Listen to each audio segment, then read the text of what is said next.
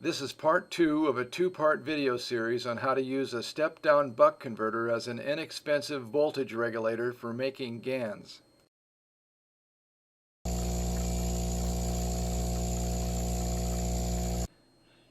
This is the wiring diagram on how to connect a manual range multimeter for loads greater than 200 milliamps. Please see the link in the description to download the document. Okay, this is the connection where you want to go for greater than 200 milliamps. Okay, so in this one I want to run it at a quarter of an amp, which is 250 milliamps. So I'm just going to set the adjustment here. It's already showing 1.2 volts.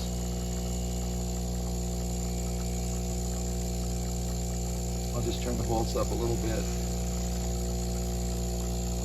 It's at the very low end actually right now. This is like the minimum.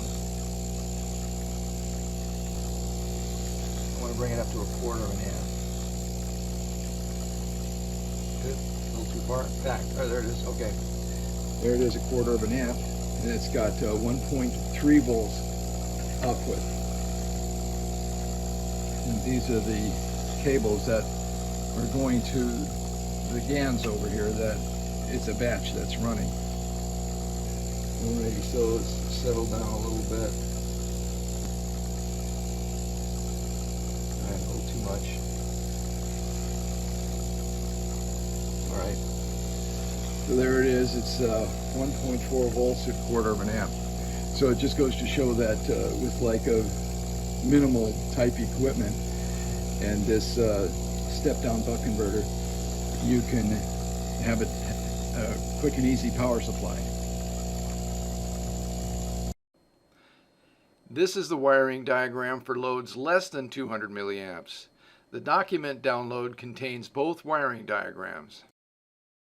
Okay, this is the hookup for when you want to display milliamps on your multimeter.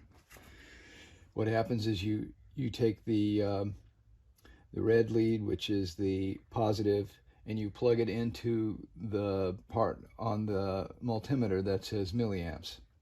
And then here is one of the settings you can use, and then there's another one here with milliamps. Okay, so I don't know why it's showing different. This one says 6.79 milliamps, and this one says 10. Let's see, 9.910. So let's see here what happened. It looks like okay, it flickered a little bit on the LED. Okay, so the only reason I got an LED on here is that that's load. I don't have any other load that I can show with such a small amount of current, but I'm just saying that you can still use this voltage regulator for small amounts of current. This is a last-minute bonus. Here's a quick and easy way to keep the screwdriver from slipping off the trimmer pot when making voltage adjustments. I got to thinking about this screwdriver and how I was struggling adjusting that thing, and I thought there's got to be a tool for this, so I looked it up. I did find there was a tool for this specially. So anyway, I had some scrap 1/8-inch diameter brass tubing made by K&S Metals. These are purposely made this way for telescoping tubing. So anyway, I cut it so it's just slightly longer than the screwdriver and put it on there like that. And let's see if this works. Let's hook it up. Okay, let's see if this works. So I just put it in there like that.